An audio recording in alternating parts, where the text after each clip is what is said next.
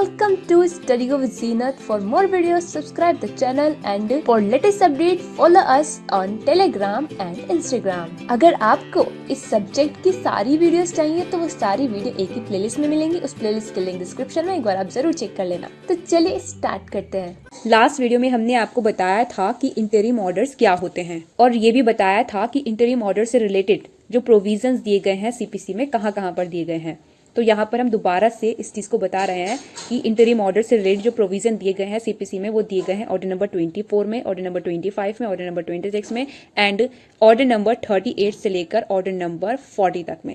इन orders में से last video में हमने order number 24 and order number 25 discuss कर लिया था। अगर आपको वो वीडियो चाहिए तो वो आपको आई बटन पर मिल जाएगा। आज की वीडियो में हम कवर करेंगे ऑर्डर नंबर 26 जो कि कमीशन के बारे में है। साथ ही हम कवर करेंगे सेक्शन 75 से लेकर 78 तक के प्रोविजन जो कि सीपीसी के पार्ट 3 में दिए गए हैं। इन सेक्शंस को इंसिडेंटल प्रोसीडिंग के नाम से भी जाना जाता है और ये जो सेक्शंस हैं ये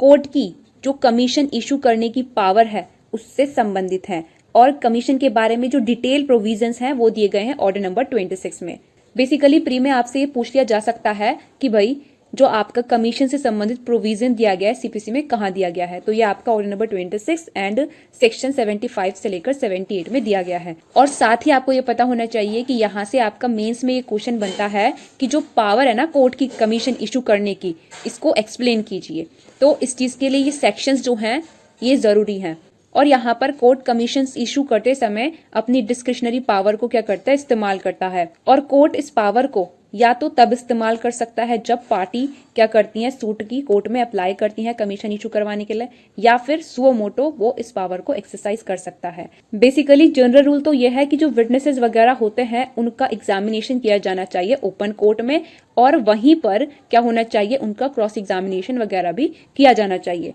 बट कुछ कंडीशंस ऐसी होती हैं जिनमें क्या किया जाता है, जो विटनेस है या फिर कोई पर्सन वगैरह है, चाहे वो सूट की पार्टी है या वो सूट की पार्टी नहीं है, उसको कमीशन भेजकर एग्जामिन किया जा सकता है। कब? जब वो पर्सन क्या है, बीमार है या फिर कोई इन्फॉर्मिटी वगैरह हो गई है, या फिर जो विटनेस है वो परमहंस है who always remain in neck condition, जो हमेशा नेक्ड कंडीशन में रहते हैं। तो ऐसे विटनेसेस को एग्जामिन करने के लिए क्या किया जा सकता है, कमीशन इशू किया जा सकता है। या फिर अगर विटनेस को कोई खतरा वगैरह है कि अगर उसको ओपन कोर्ट में लाया जाएगा तो उसकी जान को खतरा है, तो ऐसे विटनेस को भी क्या किया जा सकता है, कमीशन इशू करके एग्जामिन करवाया जा सकता है। ये तो हमने थोड़ा सा आपको ओवरव्यू दिया कमीशंस के बारे में। अब यहाँ पर सबसे पहले अगर हम बात करें कमीशन से रिलेटेड पहले सेक्शन की यानी कि सेक्शन 75 की, तो यहाँ पर कोर्ट को कुछ सर्कमस्टांसेस में कमीशन इशू करने की पावर दी गई है और ये सेक्शन आपका प्री के लिए भी और मेंस के लिए भी दोनों के लिए इम्पॉर्टेंट है, बहुत ज़्यादा इम्पॉर्टेंट है। तो यहाँ पर बताया गया है सेक्शन 75 में कि जो भी कंडीशंस वगैरह हैं एंड लिमिटेशंस वगैरह हैं प्रेस्क्राइब की गई, उनके सब्जेक्ट में रहते हुए जो कोर्ट है वो क्या कर सकती है, कमीशन इशू कर सकती है। किस चीज़ के लिए? टू एग्जामिन एनी पर्सन, किसी भी पर्सन को एग्जामिन करने के लिए। और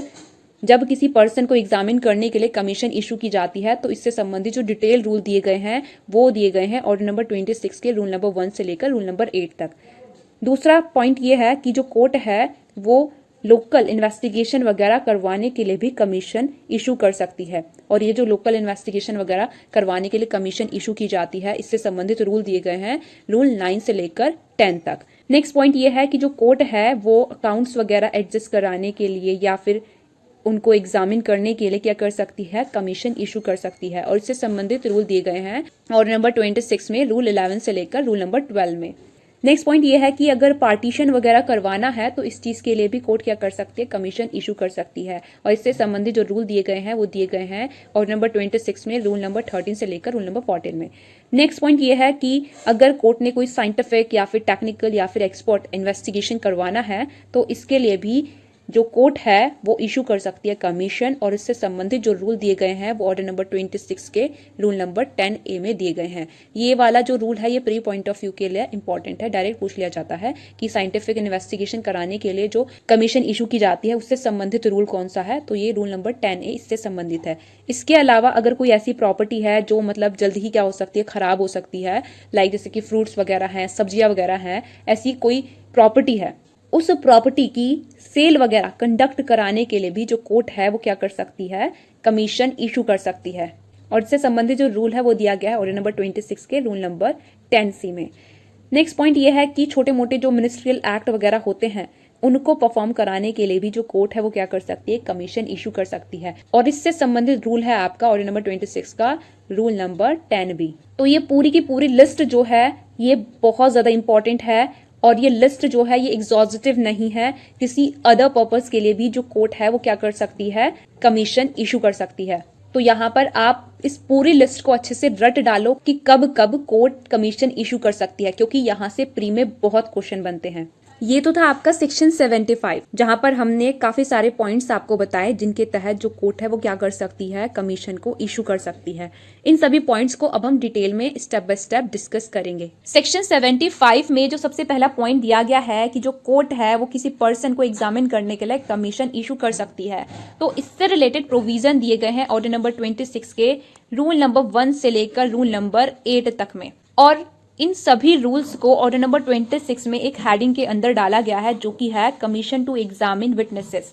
और यहाँ पर ये जानना आप लोगों के लिए जरूरी है कि इस हेडिंग से डायरेक्ट ये आपका मेंस में सवाल पूछा जा चुका है कि विटनेस को एग्जामिन करने के लिए कमीशन जो इशू की जाती है उससे रिलेटेड प्रोविजंस को एक्सप्लेन कीजिए। इस तरीके से आपका क्वेश्चन बन चुका है मेंस में। तो ये इंपॉर्टेंट है, इसको इंपॉर्टेंट आप टिक कर लेना। तो यहाँ पर इन सभी रूल्स में से जो रूल है rule number 1, rule number 4, rule number 4A and rule number 5, ये रूल्स ये बताते हैं कि किसी पर्सन को किन सर्कमस्टांसेस में इंटेरोगेटरीज के थ्रू या फिर किसी और तरीके से एग्जामिनेशन करने के लिए कोर्ट क्या कर सकती है, कमीशन इशू कर सकती है। तो यहाँ पर अगर हम बात करें सबसे फर्स्ट रूल की, रूल नंबर 1 की, तो यहाँ पर ये कहा गया है कि अगर वो पर्सन जिसको एग्जामिन किया जाना है एज अ विटनेस वो कोर्ट के जुरिस्डिक्शन की जो लोकल लिमिट है उसके अंदर ही रहता है तो ऐसे पर्सन को तब इंटेरोगेटरीज के थ्रू या फिर किसी और तरीके से एग्जामिन किए जाने के लिए कमीशन इशू किए जाने का कोर्ट ऑर्डर दे सकती है जब या तो वो पर्सन सीपीसी के तहत कोर्ट अटेंड करने से एग्जेम्प्टेड है। और यहाँ पर कौन कौन लोग कोर्ट अटेंड करने से एग्जेम्प्टेड होते हैं इस चीज के लिए आपका सेक्शन 132 एंड सेक्शन 133 है। इन दोनों सेक्शंस को एक बार आप गो थ्रू कर लेंगे। तो पहली सिचुएशन ये हो गई कि अगर वो पर्सन कोर्ट अटेंड करने से एग्जेम्प्टेड है, कोर्ट में अपीयर होने से एग्जेम्प्टेड है, या फिर अगर वो पर्सन क्या है, बीमार है या फिर किसी और इन्फॉर्मिटी की वजह से वो कोर्ट में अटेंड नहीं हो सकता है। तो इस सिचुएशन में भी जो कोर्ट है वो क्या कर सकती है, उस पर्सन को या तो इंटेरोगेटरीज के थ्रू या फिर किसी और तरीके से एग्जामिन करने के लिए कमीशन इशू किए जाने का ऑर्डर दे सकती है। अब यहाँ पर जो व्यक्ति बीमार है या फिर किसी इन्फॉर्मिटी से गुजर रहा है या वो वाकई में बीमार है, इस चीज के सबूत के रूप में जो कोर्ट है वो उस सर्टिफिकेट को एक्सेप्ट करेगी जो कि किसी रजिस्टर्ड मेडिकल प्रैक्टिशनर के द्वारा क्या किया गया है, साइन किया गया है। यहाँ पर कोर्ट को मेडिकल प्रैक्टिशनर को एज अ विटनेस बुलाने की जरूरत नहीं है। और ये बात आपकी रूल नंबर 1 के एक्सप्लेनेशन में कही गई है। और रूल नंबर 4A में आपको ये पता चलता है कि भाई वो पर्सन जो कि कोर्ट के जुरिस्डिक्शन की लोकल लिमिट में रहता है उसको तब भी कमीशन भेज के या तो इंटेरोगेटरीज के थ्रू या फिर किसी और तरीके से कोर्ट एग्जामिन करने का ऑर्डर दे सकती है अगर ऐसा करना in the interest of justice है या फिर सूट के या फिर केस का जल्द से जल्द निपटारा किए जाने के लिए ऐसा जरूरी है या फिर किसी अदर रीजन की वजह से ऐसा करना जरूरी है। और ये जो आपका रूल नंबर 4A है ये आपका इंसर्ट किया गया था सीपीसी में 1999 में।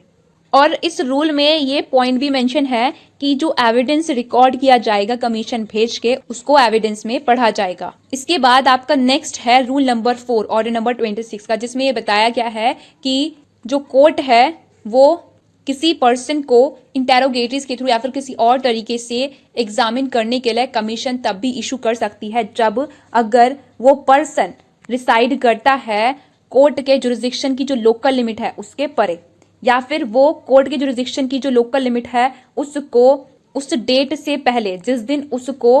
कोर्ट में एग्जामिन किया जाना रिक्वायर्ड है क्या करने वाला है, कोर्ट के जुरिस्डिक्शन की लिमिट को लीव करने वाला है, छोड़ने वाला है। या फिर वो पर्सन अगर गवर्नमेंट की सर्विस में है और कोर्ट की ओपिनियन में कोर्ट में अटेंड नहीं हो सकता है बिना पब्लिक सर्विस को डेट्रीमेंट किए। तो यहाँ पर इन तीनों में से जो भी पर्सन है, इन तीनों में से किसी भी पर्सन को इंटेरोगेटर्स के थ्रू या फिर किसी और तरीके से एग्जामिन करने के लिए जो कोर्ट है वो कमीशन इशू किए जाने का ऑर्डर दे सकती है। और यहाँ पर ये चीज आपने ध्यान रखनी है कि रूल नंबर 1 या फिर रूल नंबर 4 के तहत जिस पर्सन को एग्जामिन करने के लिए कोर्ट इंटेरोगेटर्स के थ्रू क्या कर रहा है, कमीशन इशू कर रहा है, वो तभी उस पर्सन को इंटेरोगेटर्स के थ्रू एग्जामिनेशन करने के लिए कमीशन इशू कर सकता है जब ऐसा करना किन्हीं रीजंस की वजह से जिनको वो रिकॉर्ड करेगा कोर्ट को जरूरी लगता है। अब अगर हम बात करें रूल नंबर 5 की, तो यहाँ पर ये बताया गया है कि भाई अगर कोई person out of India reside करता है और कोर्ट को ये सेटिस्फाई है कि भाई उस पर्सन का एविडेंस लिया जाना जरूरी है, तो ऐसे पर्सन को एग्जामिन करने के लिए कमीशन इशू किया जा सकता है या फिर इसके अलावा ऐसे पर्सन को लेटर ऑफ रिक्वेस्ट भेजा जा सकता है। लेटर ऑफ रिक्वेस्ट के बारे में आपका सेक्शन है सेक्शन 77 सीपीसी का, और ये इंपॉर्टेंट है प्री के लिए, क्योंकि डायरेक्ट प्री में ये क्वेश्चन बनता है कि लेटर ऑफ रिक्वेस्ट किस सेक्शन में दिया गया है, तो सेक्शन 77 में दिया गया है। तो सेक्शन 77 में ये कहा गया है कि कमीशन इशू करने के बजाय जो कोर्ट है वो क्या कर सकती है, letter of request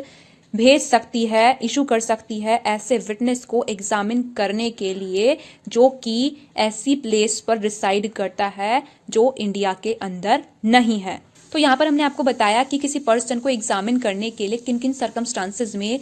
court commission issue कर सकती है। रूल नंबर 2 में ये कहा गया है कि विटनेस को एग्जामिन करने के लिए कमीशन इशू करने का जो ऑर्डर होता है, ये ऑर्डर कोर्ट या तो अपनी मर्जी से सुओ मोटो दे सकती है या फिर तब ये ऑर्डर दे सकती है जब सूट की कोई पार्टी या फिर वो विटनेस जिसको एग्जामिन किया जाना है क्या कर रहे हैं, कमीशन इशू करवाने के लिए कोर्ट में एप्लीकेशन डाल रहे हैं और वो एप्लीकेशन क्या है, सपोर्टेड है बाय एफिडेविट। तो तब भी कोर्ट क्या कर सकती है, कमीशन इशू किए जाने का ऑर्डर दे सकती है या फिर अदरवाइज किसी और तरीके से। रूल नंबर 3 में कहा गया है कि भाई वो पर्सन जिसको एग्जामिन करने के लिए कमीशन इशू किया जा रहा है वो अगर कोर्ट के जुरिस्डिक्शन की लोकल लिमिट के अंदर ही रहता है तो कमीशन किसी ऐसे पर्सन को इशू की जा सकती है जो कि कोर्ट के नज़र में कमीशन को एग्जीक्यूट करने में क्या है, सही है। अब अगर हम बात करें रूल नंबर 7 की, तो यहाँ पर यह कहा गया है कि जब कमीशन ड्यूली एग्जीक्यूट हो जाती है तो उसके बाद वो उस कोर्ट को जिसने उसको इशू किया था रिटर्न होगी उस एविडेंस के साथ जो कि कमीशन के तहत लिया गया है, लाइक डिपोजिशन लिया गया विटनेस का, तो उसके साथ वो रिटर्न होगी उस कोर्ट को जिसने उसको इशू किया था, जब तक कि जो कमीशन इशू करने का ऑर्डर दिया गया था उसमें कुछ और ही डायरेक्ट नहीं किया गया। अगर कुछ और ही डायरेक्ट किया गया है तो उस हिसाब से कमीशन रिटर्न होगी, और जो कमीशन रिटर्न हुई है और जो एविडेंस वो साथ में लाई है वो सारे के सारे रूल नंबर 8 में जो प्रोविजन दिए गए हैं उसके सब्जेक्ट में रहते हुए सूट के रिकॉर्ड का पार्ट फॉर्म करेंगे, यानी कि सूट के रिकॉर्ड में शामिल किए जाएंगे। तो इतनी सी बात कही गई है रूल नंबर 7 में। रूल नंबर 8 की अगर हम बात करें तो यहाँ पर सबसे पहले ये जनरल रूल दिया है कि कमीशन के तहत जो एविडेंस वगैरह लिया गया है उस एविडेंस को सूट के एविडेंस के रूप में उस पार्टी के कंसेंट के बिना जिसके अगेंस्ट वो ऑफर किया गया है पढ़ा नहीं जाएगा। जनरल रूल तो ये है, लेकिन इस चीज के 2 एक्सेप्शन है। पहला ये कि ऐसा तब किया जा सकता है जब जिस पर्सन का एविडेंस कमीशन के तहत लिया गया था वो पर्सन कोर्ट के जुरिस्डिक्शन के बियॉन्ड रहता है, या फिर वो मर गया है, या फिर किसी सिकनेस या इन्फॉर्मिटी की वजह से वो पर्सनली एग्जामिन किए जाने से अनेबल है, असमर्थ है, या फिर वो सीपीसी के प्रोविजंस के तहत पर्सनली कोर्ट में अपीयर होने से एग्जेम्प्टेड है, या फिर वो person in the service of government है और कोर्ट की ओपिनियन में वो बिना पब्लिक सर्विस को डेट्रीमेंट किए कोर्ट में अपीयर नहीं हो सकता है। तो अगर इनमें से किसी भी पर्सन का एविडेंस कमीशन के तहत लिया गया है तो ऐसे एविडेंस को सूट के एविडेंस के रूप में उस पार्टी की कंसेंट के बिना जिसके अगेंस्ट वो ऑफर किया गया है एविडेंस में पढ़ा जा सकता है। पहला एक्सेप्शन तो ये हो गया जनरल रूल का जो दिया गया था। दूसरा एक्सेप्शन ये भी है कि तब भी ऐसा किया जा सकता है अगर जो कोर्ट है वो क्या करती है कि भाई जो क्लोज ए में सर्कमस्टांसेस बताए हमने आपको उनमें से किसी के भी प्रूफ को अगर कोर्ट अपने डिस्क्रिशनरी पावर को एक्सरसाइज करते हुए डिस्पेंस कर देती है कि भाई इनके प्रूफ की जरूरत नहीं है और ऑथोराइज करती है ये चीज कि इनमें से किसी भी पर्सन ने जो एविडेंस दिया है उसको सूट के एविडेंस के रूप में पढ़ा जाए। तो इस सिचुएशन में भी उस पार्टी की कंसेंट के बिना जिसके अगेंस्ट वो एविडेंस ऑफर किया गया है उस एविडेंस को सूट के एविडेंस के रूप में पढ़ा जाएगा। आई होप आपको ये रूल क्लियर हुआ होगा। सेक्शन 75 के क्लोज बी की अगर हम बात करें तो यहाँ पर ये कहा गया है कि जो कोर्ट है वो कोई लोकल इन्वेस्टिगेशन वगैरह कराने के लिए कमीशन इशू कर सकती है, कमिश्नर अपॉइंट कर सकती है। और इससे रिलेटेड जो प्रोविजन दिए गए हैं वो दिए गए हैं ऑर्डर नंबर 26 में रूल 9 एंड रूल 10। तो यहाँ पर जो रूल 9 है वो ये कहता है कि फॉर द पर्पज ऑफ इलूसिडेटिंग और clarifying any matter in dispute, जो भी मैटर इन डिस्प्यूट है अगर कोई, तो उसको क्लैरिफाई करने के लिए या फिर उसको इलूसिडेट करने के लिए, या फिर किसी प्रॉपर्टी की मार्केट वैल्यू क्या है ये असर्टेन करने के लिए, या फिर किसी मेन प्रॉफिट की अमाउंट असर्टेन करने के लिए, या फिर किसी डैमेजेस को असर्टेन करने के लिए, या फिर कोई एनुअल नेट प्रॉफिट असर्टेन करने के लिए, इन सभी पॉइंट में से किसी भी पर्पस के लिए लोकल इन्वेस्टिगेशन करवाने के लिए जो कोर्ट है वो किसी भी ऐसे पर्सन को जिसको वो सही समझे कमिश्नर अपॉइंट कर सकती है, कमीशन इशू कर सकती है। ऑर्डर नंबर 26 के रूल 9 से रिलेटेड एक केस था जो कि है गजराज वर्सेस रामाधर 1975 का। इस केस में ये बात हेल्ड हुई थी कि जिस तरीके से ऑर्डर नंबर 26 के रूल 9 में ट्रायल कोर्ट को पावर है लोकल इन्वेस्टिगेशन वगैरह करवाने के लिए कमीशन इशू करने की, सेम पावर रहती है किसके पास, एपेलेट कोर्ट के पास। ये बात हेल्ड हुई थी इस केस में। रूल 10 की अगर हम बात करें तो यहाँ पर यह कहा गया है कि जैसे कि रूल 9 में ये कहा गया था कि जो कोर्ट है वो लोकल इन्वेस्टिगेशन वगैरह करवाने के लिए कमिश्नर अपॉइंट कर सकती है। तो उस कमिश्नर के लिए रूल 10 में ये कहा है कि जो भी लोकल इंस्पेक्शन करना उस कमिश्नर को ज़रूरी लगता है उनको करने के बाद, और जो भी एविडेंस उसने लिए हैं उनको राइटिंग में रिड्यूस करने के बाद वो कमिश्नर क्या करेगा, वो कमिश्नर उन एविडेंस को अपनी रिपोर्ट के साथ राइटिंग में जिसके ऊपर वो साइन वगैरह करके देगा, क्या करेगा, कोर्ट में रिटर्न करेगा। और एविडेंस जो कि उसने अपनी रिपोर्ट के साथ कोर्ट में क्या किए हैं, रिटर्न किए हैं। यहाँ पर उन एविडेंस की बात नहीं हो रही है जो कि उसने विदाउट रिपोर्ट रिटर्न किए हैं कोर्ट में, यहाँ पर उन एविडेंस की बात हो रही है जो कि उसने अपनी रिपोर्ट के साथ कोर्ट में दिए हैं। वो एविडेंस सूट के एविडेंस होंगे और वो सूट के रिकॉर्ड का पार्ट फॉर्म करेंगे। लेकिन जो कोर्ट है वो या तो खुद ही या फिर कोई भी पार्टी सूट की with the permission of court क्या कर सकती हैं, जो कमिश्नर लोकल इन्वेस्टिगेशन वगैरह करने के लिए अपॉइंट किया गया था उसको पर्सनली ओपन कोर्ट में एग्जामिन कर सकती हैं, touching any of the matters refer to him or mention in his report or as to his report or as to manner in which he has made investigation। इन सब के संबंध में या तो कोर्ट ही या फिर कोई भी पार्टी कोर्ट की परमिशन से कमिश्नर को पर्सनली ओपन कोर्ट में एग्जामिन कर सकती है। और यहाँ पर ये बात मेंशन है कि अगर जो कोर्ट है वो किसी कारण की वजह से कमिश्नर की प्रोसीडिंग से डिससेटिस्फाई है तो जो कोर्ट है वो ऐसी फर्दर इंक्वायरी किए जाने का जो कि उसको सही लगे क्या कर सकता है, डायरेक्शन दे सकता है। सेक्शन 75 में जो क्लोज सी दिया गया है वो ये कहता है कि जो कोर्ट है वो अकाउंट को एडजस्ट करने के लिए या फिर एग्जामिन करने के लिए भी कमीशन इशू कर सकता है। इसके रिगार्डिंग ऑर्डर नंबर 26 में रूल 11 एंड रूल 12 दिए गए हैं। तो यहाँ पर रूल 11 ये कहता है कि अगर किसी सूट में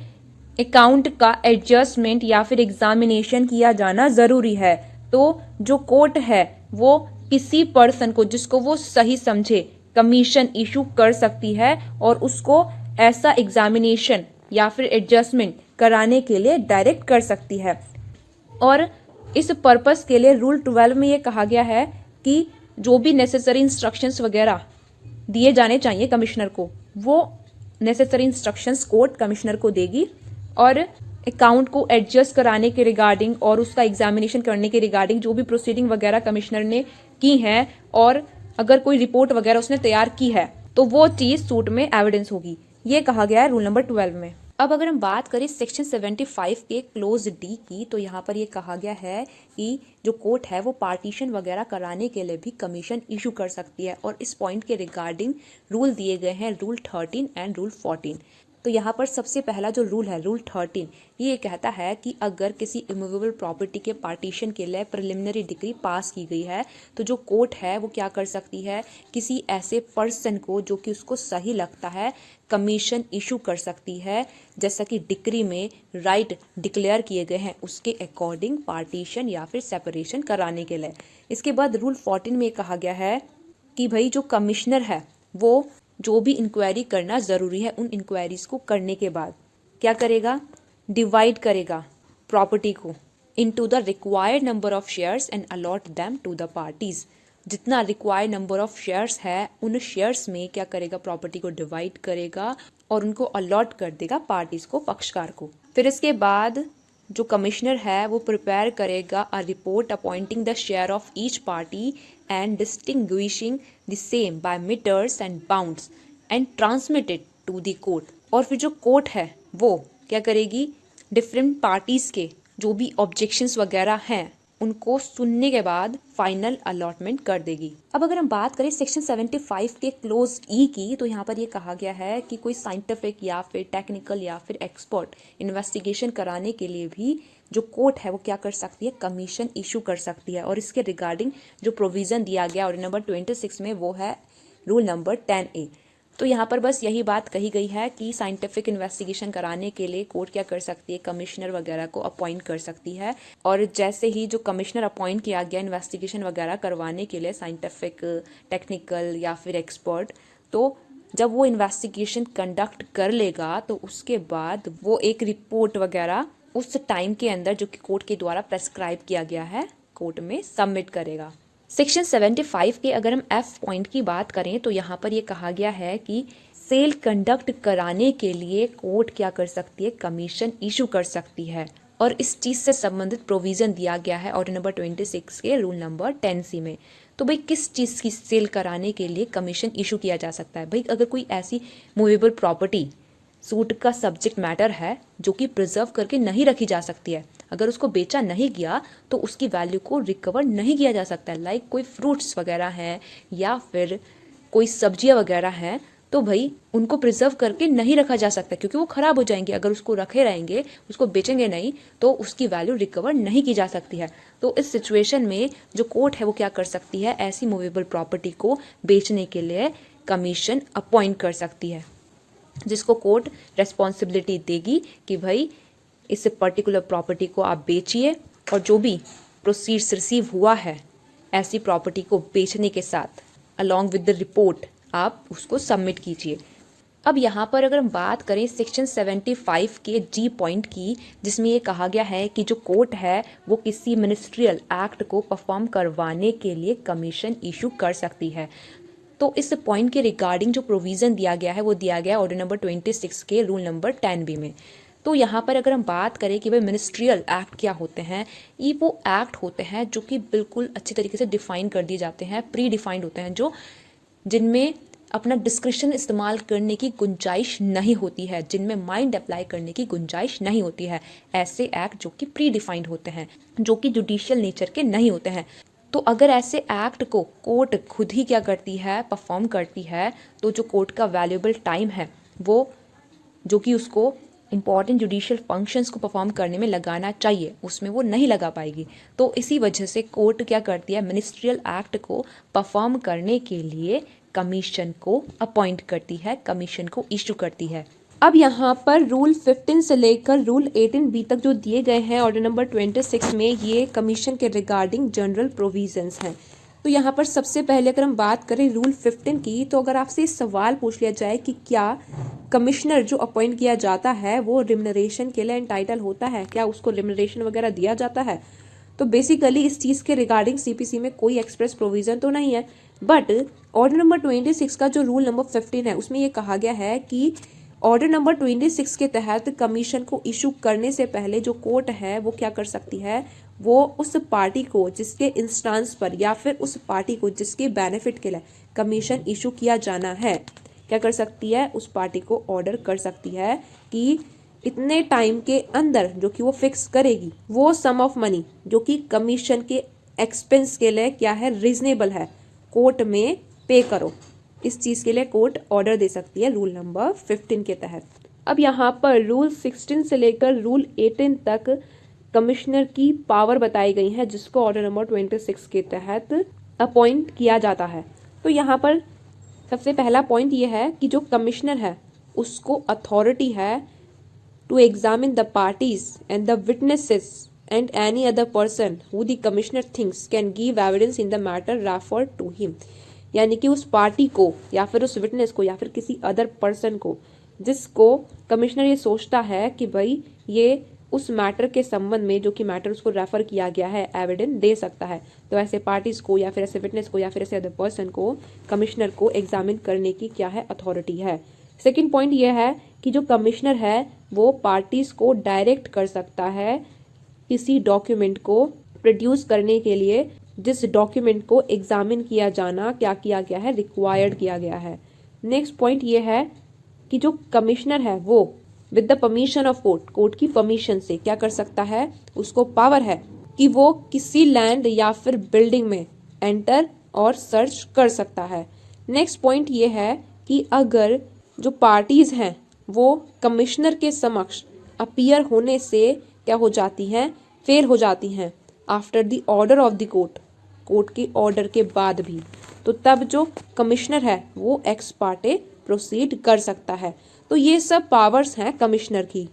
अब यहाँ पर अगर आपसे पूछ लिया जाए कि कमिश्नर को किन लिमिटेशंस के अंदर रखा गया है, यानी कि क्या चीज़ें कमिश्नर नहीं कर सकता है, तो यहाँ पर ये कहा गया है कि जो जुडिशियल फंक्शन होता है ना कोर्ट का, वो कमीशन को डेलीगेट नहीं किया जा सकता है, यानी कि कोई जुडिशियल फंक्शन नहीं करवाया जा सकता है कमिश्नर से। जो कमिश्नर होता है वो in carrying out the judicial function वगैरह कैरिंग आउट करने के लिए कोर्ट को असिस्ट करने के लिए होता है, बट वो कोर्ट के बिहाफ में खुद ही जुडिशियल फंक्शन परफॉर्म नहीं कर सकता है। फॉर एग्जाम्पल जो कमिश्नर है वो सूट की प्रॉपर्टी को वैल्यू नहीं कर सकता है क्योंकि ये जुडिशियल फंक्शन है एंड इस चीज़ को करने की जो पावर है वो सिर्फ और सिर्फ कोर्ट के पास है। कहने का मतलब बस यही है कि जो कमिश्नर है उसको जुडिशियल फंक्शन डेलीगेट नहीं किया जा सकता है, वो जुडिशियल फंक्शन परफॉर्म नहीं कर सकता है, वो सिर्फ और सिर्फ कोर्ट की हेल्प कर सकता है in carrying out the judicial function perform करने में। आई होप आपको ये समझ आया होगा। तो यहाँ पर ऑर्डर नंबर 26 का जो मेन पार्ट था आज इस वीडियो में हमने कंप्लीट कर लिया है। जितना हमने पढ़ाया उतना इनफ है, बाकी इतना ज़्यादा ज़रूरी नहीं है। आई होप आपको ये वीडियो अच्छा लगा हो। वीडियो अच्छा लगा है तो लाइक करना, चैनल को सब्सक्राइब कर देना और जितना ज़्यादा हो सके वीडियो को शेयर भी कर देना। और एक इंपॉर्टेंट चीज़ मैं आपको बता दूं कि भाई हमारे जो इंडियन एविडेंस एक्ट के वीडियो लेक्चर है सेक्शन 17 से लेकर सेक्शन 167 तक के, उनका PDF नोट्स अवेलेबल है। अगर आपको वो खरीदना है तो आप हमारे ईमेल एड्रेस पर हमें मेल कर सकते हैं। हमारा ईमेल एड्रेस आपको स्क्रीन पर दिख रहा होगा और इन नोट्स का प्राइस 100 रुपीज़ है। इसके अलावा IPC के भी हमारे वीडियो लेक्चर के नोट्स अवेलेबल हैं। अगर आपको वो खरीदने हैं तो आप हमारे ईमेल एड्रेस पर हमें मेल कर सकते हैं कि मैम हमें IPC के वीडियो लेक्चर के जो नोट्स हैं आपके वो चाहिए। उनका प्राइस भी 100 रुपीज़ है। तो आज की वीडियो के लिए बस इतना ही रखते हैं, मिलते हैं नेक्स्ट वीडियो में।